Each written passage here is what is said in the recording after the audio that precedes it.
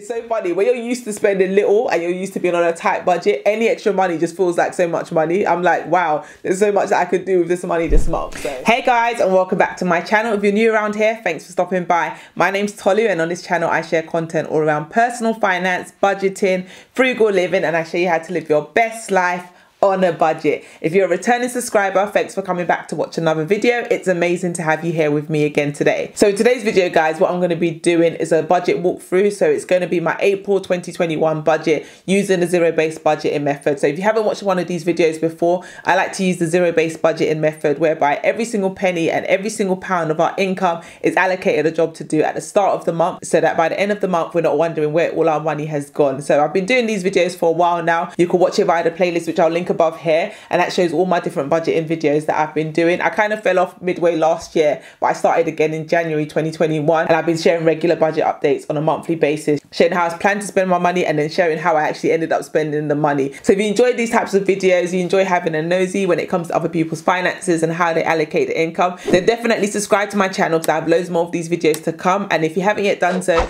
give it a thumbs up. And without further ado, I'm going to jump into my April 2021 budget. Before I get into numbers, actually, let me just let you know, in case this is the first time you've watched one of my budgeting videos, I do actually sell copies of my budget template on my Etsy store. So you can head to the link in the description box below to grab yourself a blank copy of this template and use it to budget your numbers. But yeah, with that being said, let me jump into the numbers for you properly now. So this is my April 2021 budget, and as you can see, the opening balance is minus £114.8p. Now, if you watched my closing budget for the month of March, you'll know that this is the number in which we ended the month on, and it was minus 114 because we overspent in a couple of categories, which were mainly our groceries and our miscellaneous expenses. So what that basically means is that for the month of April, what we need to do is deduct this £114 from the money that we have available to spend in the month of April. That way we'll bring the budget back into balance. So the opening balance, like I said, is minus £114.8p.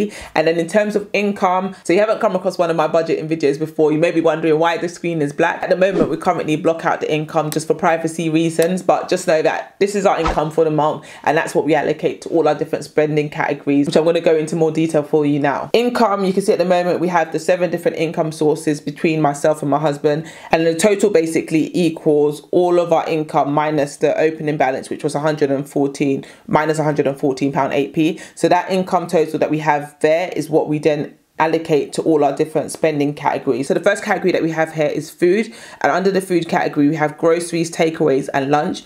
For groceries, I've allocated 2 months. If you watch any of my budgeting videos before, you'll know that my grocery budget always goes over. But every single month, I'm dedicated to trying to stick to my budget. And once again, in the month of April, I'm trying to stick to my £200 grocery budget. But what I have done differently this month, which I haven't usually done, is allocated some money for takeaway. So I've allocated £30, which means we're proactively budgeting for one takeaway this month, as opposed to just always having takeaways and not having it in the budget, which means that our budget is then out of sync when it comes to closing it at the end of the month. This month, we're being proactive and planning for a takeaway. So hopefully, fingers crossed, I can actually stick to my £230 food budget for the month. So watch this space and let's see how it goes. Lunch, I didn't allocate anything to it. And to be honest, we rarely allocate money to lunch. The only time that anyone does get lunch is my husband, and that's only when I haven't had a chance to do his packed lunch. But usually everything's fine and we don't usually spend any money on lunch. That's the one area in the food category that we don't tend to go over. The main culprit actually tends to be groceries or takeaways, or a combination of both. So like I said, in total we budgeted £230 for groceries for the month of April. And then if we move on to the next category, we have home. Our home expenses are pretty much the same every month because we're on a fixed rate mortgage. So our mortgage is £1,057.21p a month. And then you'll see here I have a line for mortgage overpayment. That's because we like to overpay our mortgage on a monthly basis, and the way we decide how much we're going to allocate to the mortgage overpayment is basically a percentage split, which I'll show you more about later on in this budgeting video. But yeah, just know that for now, for the month of April, we've allocated £441.68 to mortgage overpayment for the month. So that means, yeah, that's how much we're going to be putting towards our mortgage, which is great. We haven't actually overpaid our mortgage by this month in quite a few months, so I'm really happy to be overpaying again a substantial amount to our mortgage. I know different people have different beliefs and different views when it comes to overpaying the mortgage versus investing, but we like to do a combination of both, which you'll see again later on in the spreadsheet that I do have money allocated for investing too. But yeah, mortgage overpayment is £441.68 for the month of April, and then council tax is the same amount every month. That's £132. So our home expenses this month are coming in at £1,630.89. Okay, so now moving on to the next category and we have utilities. So our utility costs, we've set them at £50.15 for water. Moving on, we have electricity and it is £40 we've allocated this month and £70 for gas. So last month, if you watched my budget walkthrough, you'll know I allocated £20 actually to electricity and 90 to gas. But as it's getting a bit warmer, we're heading into spring. In fact, I think we're in spring now officially anyway. So now that it's spring, the weather's a lot nicer. We're not using as much heating because the house doesn't get as cold, which means we don't need to use as much gas, which means we can put more money onto our electricity meter. And that's kind of, yeah, how we do it on a month-to-month basis. We kind of balance it out and fluctuate the amounts that we do. But the total amount for electricity and gas is the same every single month. It's £110. So in total, our utility costs for the month came in at £160.15. And then moving on to the giving category. Again, if you've watched any of my budgeting videos before, you'll know that giving is something that we do like to do, but we don't like to disclose exactly how much we give on a monthly basis. That's just the personal choice. Okay, so next up we have subscriptions, and if we start at the top, we have TV license. Now that is £13.37, same amount we pay on a monthly basis by direct debit. My husband's mobile phone, we budgeted £35 for it. My mobile phone, we budgeted £30 for it. My internet was £26, Canva £10.98, and Google Drive £159. Now these expenses are pretty much fixed. The only one that may vary slightly is the Canva cost, and that's because Canva's paid in US dollars. So depending on the exchange rate, it could be higher or lower. Like last month, it was under by about £1.48, which I guess means the pound was a little bit stronger. And yeah, things fluctuate on a monthly basis. So the total for our subscriptions came in at £116.94. And then moving on to the next category, we have transport.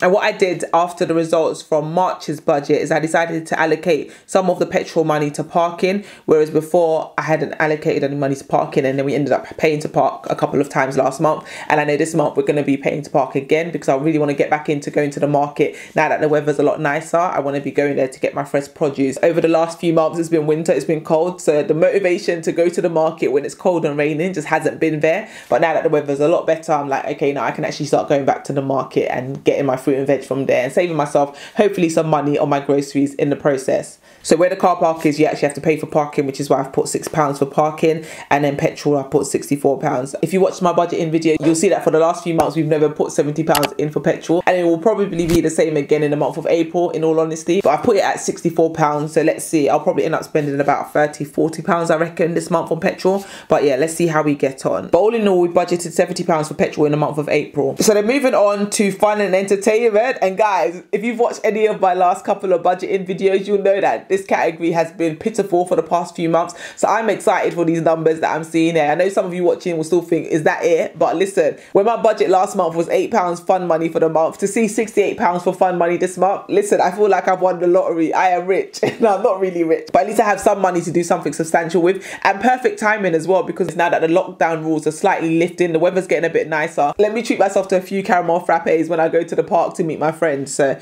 yeah, I'm excited about that. £68.71p. That's the fun money for myself and my husband this month. And for the children, we've allocated £19.63p. Again, that might not seem like much to some, but for fun money, that is for them to go to the park, for them to buy snacks or any little toys that they want to buy from Pound Shop or whatever. That's kind of what that money will go on this month. And again, because the weather's getting nicer, they're probably going to want a lot more ice creams and things like that, and now they have a little bit of money to be able to buy those things. So it is great. I'm so excited about this, to be honest. It's so funny when you're used to spending little and you're used to being on a tight budget, any extra money just feels like so much money. I'm like, wow, there's so much that I could do with this money this month. The way I'm excited planning what I'm going to be doing with that £68 this month is so funny. You'd think I had £680 to play with, but I'm still excited nonetheless, and I'm definitely going to put that money to good use. So all in all, the fun money budget for the household, it comes in at £196.30. So that's the fun for this month. And yeah, if you saw last month, the total came in at like £30 or something for the whole household. That's actually crazy when I think of it. But listen, cut your cloth according to your size. So whatever you can afford is what you have to manage. And that's what we did last month. And look, I'm still here. I survived. I made it. I still look okay. I even got my hair done. Look, so it's all good. I didn't actually get my hair done. All I did is I dusted off an old wig and washed it and brought it back to life. And look, I think it looks all right. Let me know in the comment section below what you think. So yeah, it just goes to show, like, we don't actually need to spend as much money as we think we need to spend. Like, because I didn't have no money in the budget for me to do my hair, I went to go look through my hair drawer and I found this and I was like, yep, I can do something with this. And here we are, my hair is done and it didn't cost me a penny. So moving on to the next category, we have insurance. The only insurance that we budgeted for this month, again, it's the same every single month, and it's life insurance, and that is £46.74. So that's our only insurance cost for the month, because like I've mentioned previously, our car and our home insurance are actually annual expenses, but I think moving forward we may actually need to make it a monthly expense. Once our insurances are up for renewal, we're going to have to switch to a monthly one, because we don't have that lump sum ready to make those payments in one go like we did last year. So watch this space and you'll probably see car insurance and home insurance make an appearance around, I think it's September, they're up for renewal, so we'll update them then.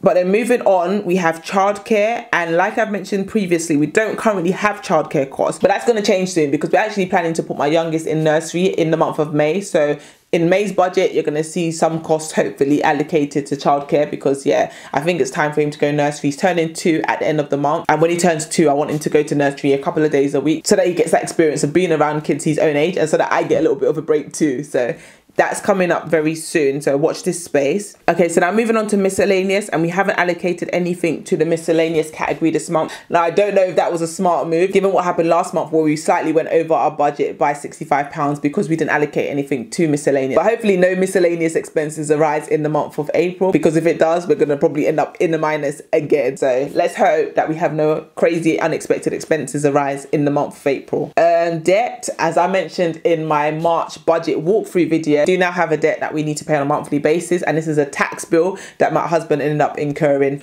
unbeknown to him when he did his self-assessment form last month. So this is something we're going to have to be paid on a monthly basis up until the end of the year. So that's £91.12. And then moving on, we have savings, and our sinking fund and emergency fund are both at £441.68. I know I mentioned in my last video, let me know in the comment section below if you guys want to see a video on my sinking funds, and I had a couple of people actually request to see it. So that is something that I've got in the pipeline for the month of April. So I'll do a video where I share all my different sinking funds, where we currently are with them, and how we allocate the money to our different sinking funds categories. So if you're not yet subscribed to my channel, subscribe to my channel and hit the notification bell so that you don't miss that notification when that video is up, so you get a chance to watch that video and any other video that I release on my channel. So yeah, as I mentioned, £441.68 is our allocation for both sinking funds and emergency funds for this month, making our savings for the month of April a grand total of £883.36. So moving on, the final category that we have is investments, and at the moment as a household, our only joint investments are with Vanguard, and that is £441.67. That's the amount that we're planning to allocate for the month of April. I do actually have my own private investment accounts with Trading 212 and with Free Trade. Those are separate investing that I'm doing, which is why they're not allocated on the family budget, but they are separate investment accounts which I'm trying to build up myself privately. So I'm putting money into them where I can on a monthly basis. I set myself a goal actually of putting £600 in each of them, and I'm about halfway of my savings total for both accounts, which is great. So hopefully I will hit my £600 target for both of those investment accounts by the end of the year. If you are looking to sign up for an account with Trading 212 or Free Share, then you can definitely join by my referral link in the description box below. When you do sign up with Free Trade, you get a free share, and I get a free share too. So those are all the expenses, and as you can see, the account balance is 0, and that's because every single penny and every single pound has been given an assignment to do this month.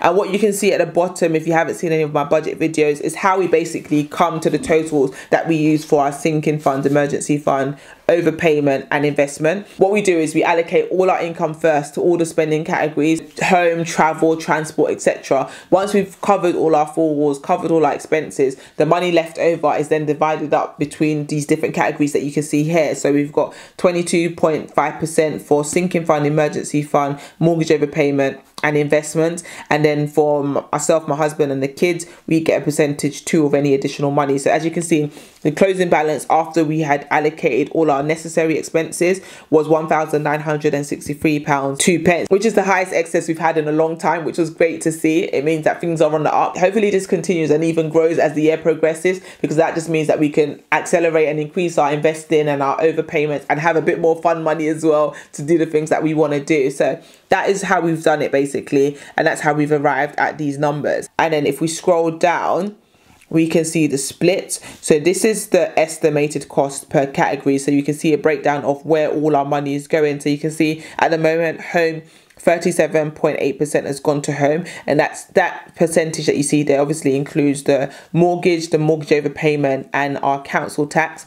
And then our second biggest expense this month is savings, which is good, 20% saving rate for this month, which is fantastic. And that saving is obviously inclusive of our emergency fund and our sinking funds for the month. And then we have what else do we have? And then the next biggest percentage we have is giving, and then the next biggest percentage after that is investment. So that's just good to kind of see a snapshot view of where all the money's going and how we divided our income up for our different spending categories. So that's literally a walkthrough of my April 2021 budget. Let me know your spending plans for the month of April. How do your numbers compare to the numbers in which I've just walked through? How do you think we're going to do in terms of the numbers that we've set ourselves? It'll be interesting to see your feedback, see your thoughts on my budget, and see how you do your budget on a monthly basis too. If you made it this far in the video, then that tells me that you enjoyed the video. And if that is the case, do me a favor and give it a thumbs up, because it really helps the channel. It helps the algorithms to know that this is a video worth pushing out to a wider audience, so that more people can see these budget videos, more people can see ideas of how regular households manage their finances, manage their budget. So yeah, if you did enjoy the video, then yeah, definitely give it a thumbs up. Subscribe to my channel if you haven't yet done so.